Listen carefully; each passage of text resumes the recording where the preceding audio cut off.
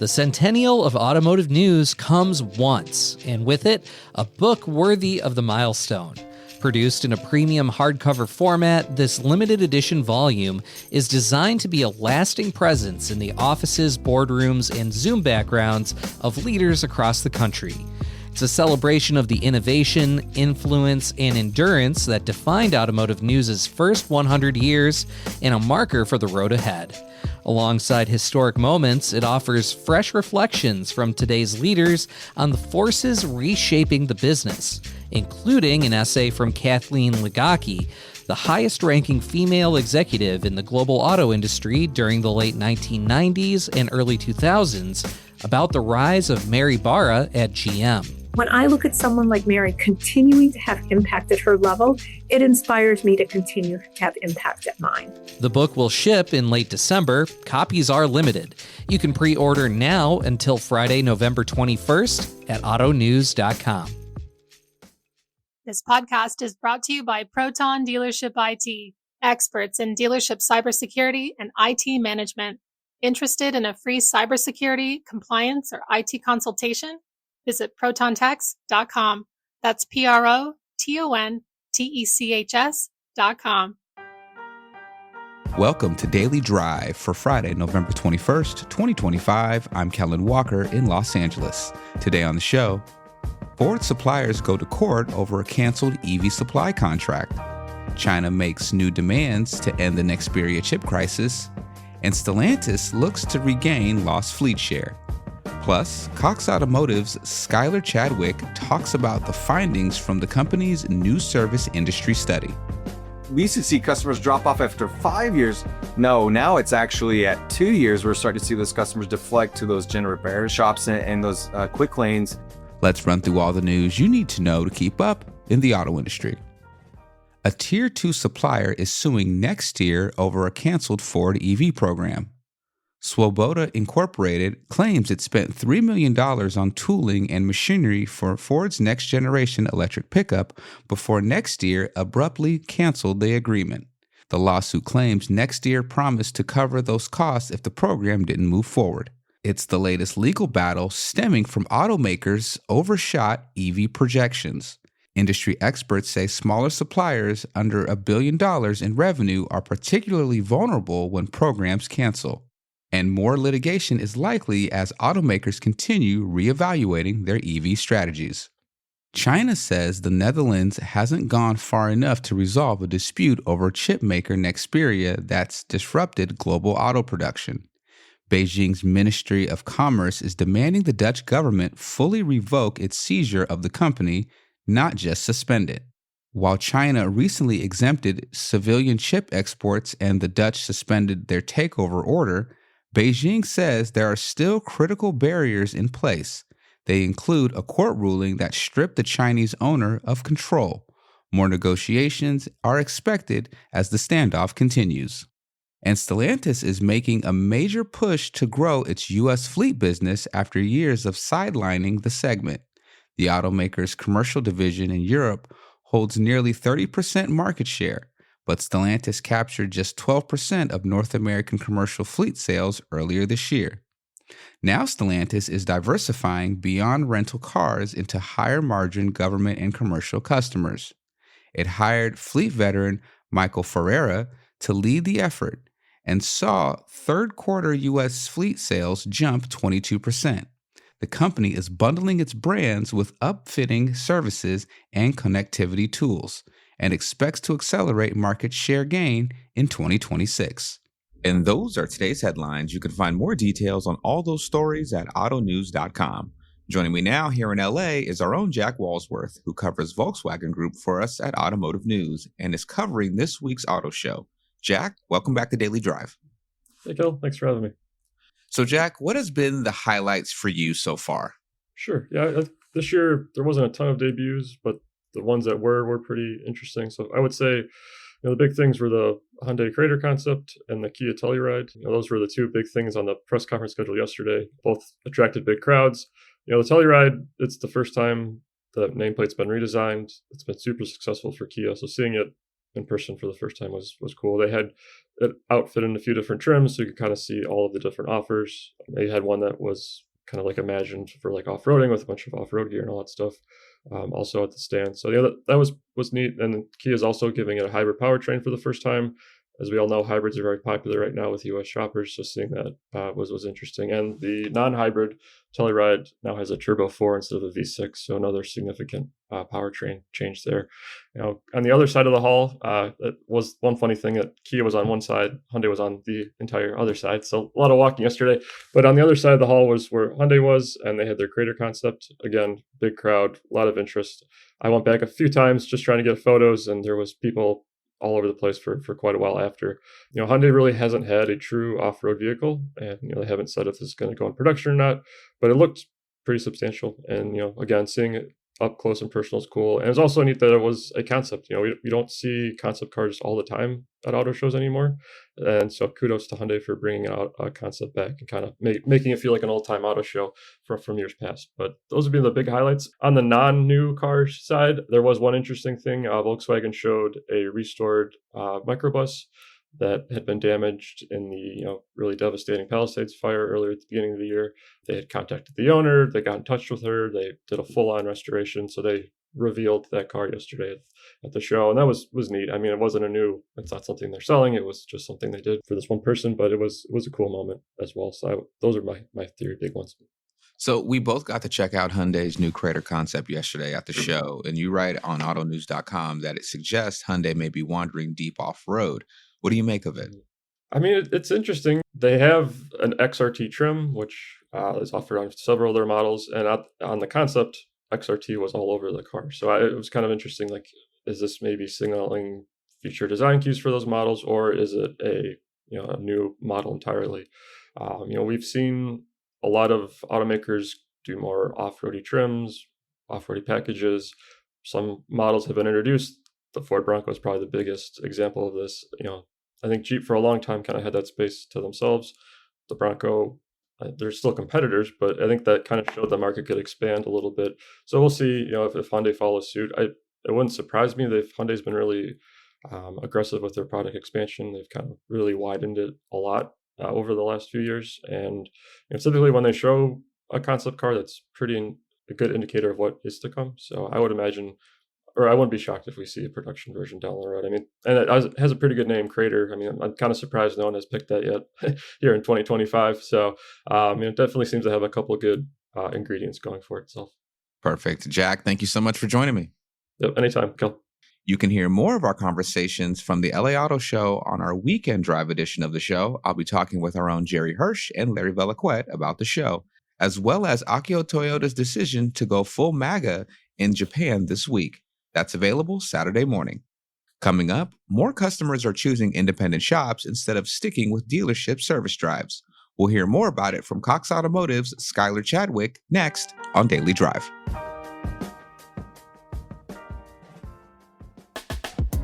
Educating consumers about EVs can be a big lift for dealers. Michael Barabay is a former Department of Energy official and the new CEO of CalStart. He joins us this week on the Automotive News Shift podcast to talk about how CalStart is helping retailers reach more customers and move EVs off their lots. As technology's been evolving, it's been more about the technology. Now it's just, we've got to be, how do you make it simple for consumers? I'm Molly Boygon. And I'm Hannah Lutz.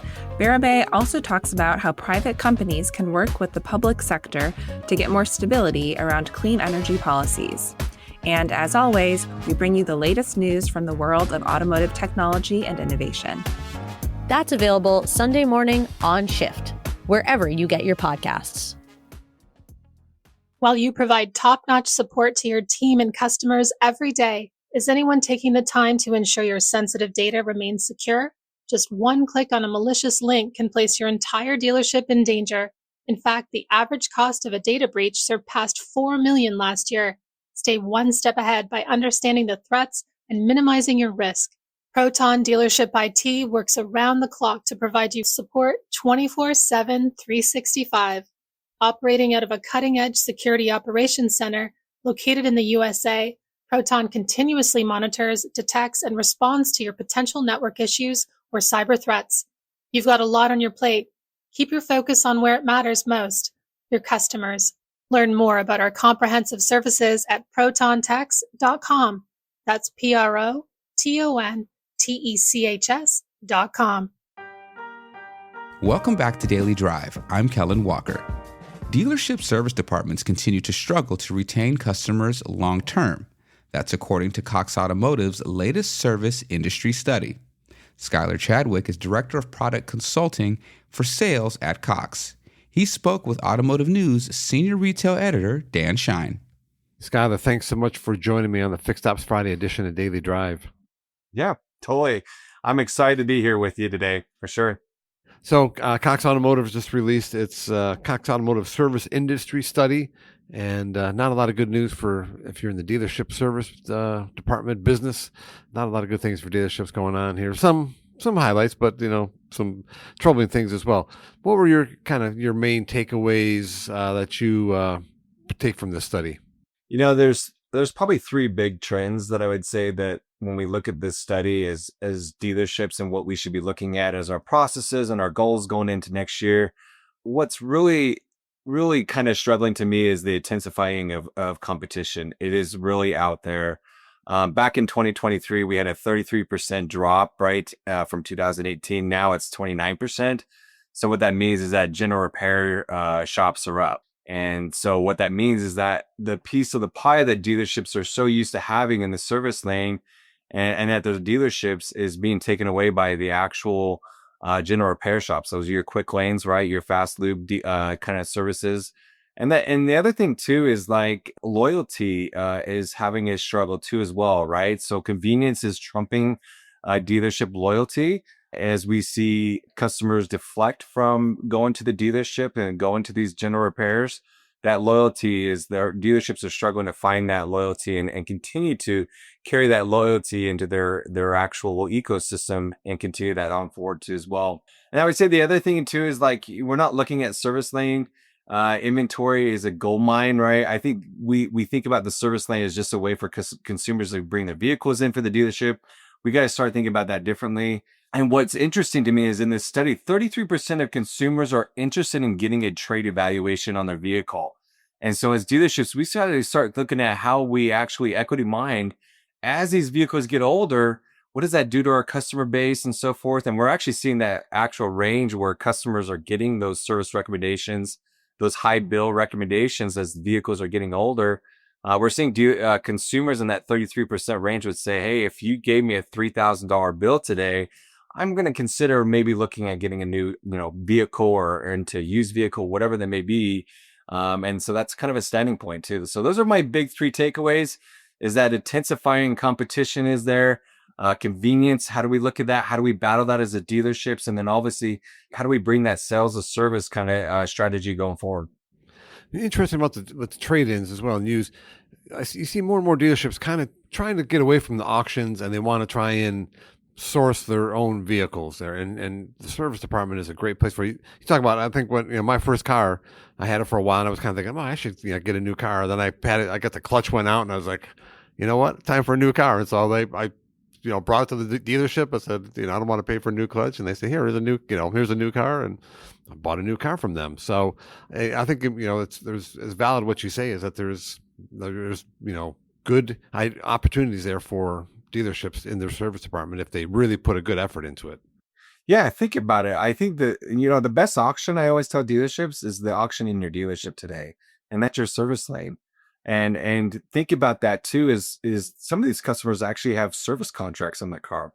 And so those are some of the best cars to buy because we know that car's been well maintained. And so buying cars that you actually know and the history of that vehicle, that can really help kind of boost that conversation and start thinking about, hey, maybe we need to start looking at how we help our customers. Who are our customers in that 33% range of customers that are looking to trade those vehicles in or actually have buying signals or actively searching for a new car as their vehicle is getting older and they don't want to see. We're starting to see that change where we're starting to see where customers are saying, hey, I may not want to repair this. I actually may want to replace. Yeah. And I'm also struck by, like you said, there's just more and more options for car owners out there to take your car to get repaired and to get maintained. What do you think dealerships need to do to kind of make that case that the dealership is the place for them? Again, I think people in their minds think dealerships going to be more expensive than the chain down the street or the shade tree guy or the neighborhood mechanic, and so I think that's it's hard for dealerships to fight against that. What do they need to do better, do you think, to kind of bring those people in and make the case for them? Yeah, I think the biggest thing dealerships need to do is they need to go relook at their tools that they're using, and I would start with schedule. I don't know how many times, Dan, that I actually get on a call with a dealership principal or GM, and I always ask them a question: have you ever scheduled your car at your dealership before? Have you ever made a service appointment? A lot of times I get the answer is no. Like, I just drive in the service lane and here's my keys, and I ask them to give me an oil change. And so what we're starting to see is that actual scheduling is probably one of the biggest deflectors for consumers to go out to these general repairs. Because think about it, Dan, we don't go to Amazon. We don't see price. We see pricing up front, right? And I had this about a month ago when my truck actually needed some service. And I actually tested this actually. Instead of just like, hey, let me go back to my actual dealership that I actually do service with, I wanted to see how many of the Ford OEM dealerships actually could tell me what it was going to cost to get an oil change on my truck. And out of those 4, only one could tell me that what the price was going to cost me to get an oil change. And so we've got to build transparency and trust from day one, right? If the customer can't find what they're looking for, they're going to deflect. The other thing is, how much time are we waiting for customers to come in for service? Are we pushing customers up 2-3 weeks? And that's really deflecting that. And so how are we leveraging our scheduling tool to really look at the white space that we have to make sure that we're actually making sure that we're making contact with that customer actually schedules that appointment, actually gets through, that they know the price and they know exactly what they're going to see when they actually show up to the dealership, and create that trust and transparency. So to me personally, it really has got to start at scheduler and making sure that if we do have a BDC, that our BDC people are armed with the right tools, right? They can tell the customer what it's going to cost to get those fixed without having to waste a dealership's time in spending 10-12 minutes on a call to see what brakes are going to cost me, right? We have tools that are out there today that can kind of help we streamline that and make sure that we get the right answers to the customers immediately as possible. I was with a group of service managers and service directors down in Florida for a meeting of just this past week, and one of the things they really talked about and they hammered home is menu pricing. Here's the menu. Here's what it's going to cost you. Oh, you need new brakes? Here's what it is. Up front, and then also a lot of them had financing for it. It's going to be a brake shop's going to be $900, but over 3 months, you can pay it out over 3 months or over 6 months, whatever it might be.